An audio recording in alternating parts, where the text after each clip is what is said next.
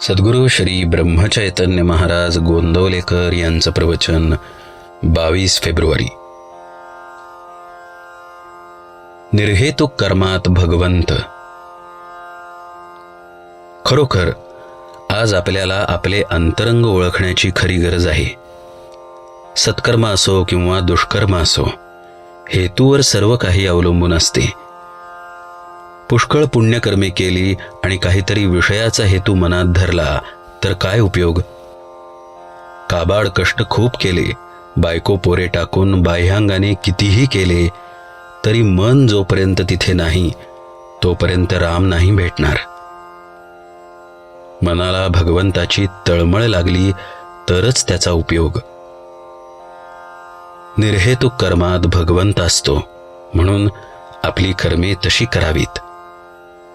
खरे पाहता प्रापंचिका एवढे काबाड कष्ट साधकाला पारमार्थिकाला नसतात. प्रपंचाच्या काबाड कष्टांपेक्षा निम्म्याने जरी भगवंताकरता केले तरी खूप फायदा पदरात पडेल. ज्या स्थितीत भगवंताने आपल्याला ठेवले त्या परिस्थितीतून त्याला ओळखणे सहज शक्य आहे. पण आपण विषयाकडे दृष्टी ठेवून कर्मे करतो आणि भगवंत भेटत नाही म्हणून दुःखी होतो. याला काय करावे? दैत्य दानवांनी भगवंताची तपश्चर्या केली आणि समर्थांनीही केली.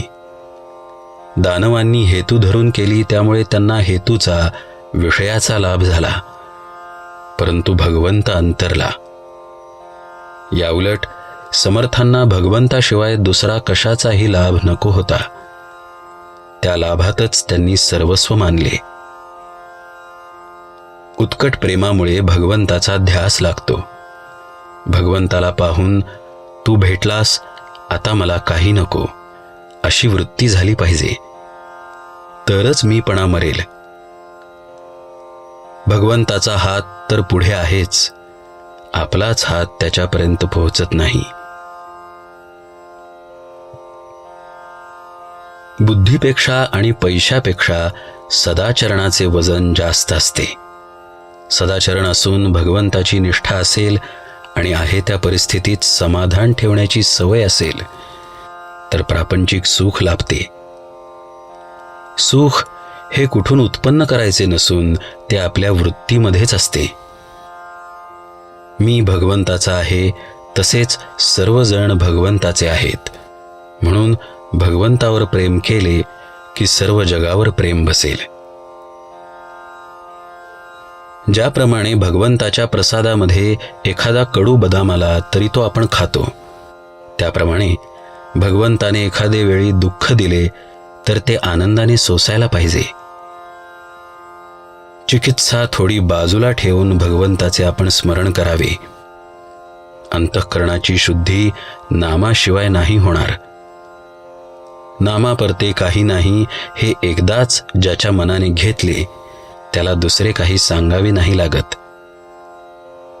मीठ म्हणून जरी साखर खाल्ली तरी साखरेची गोडी आल्याशिवाय राहत नाही.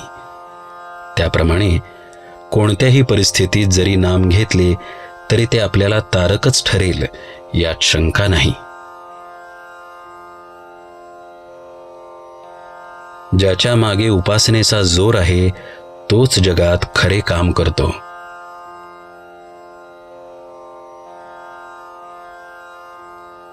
जानकी जीवन स्मरण जय जय राम.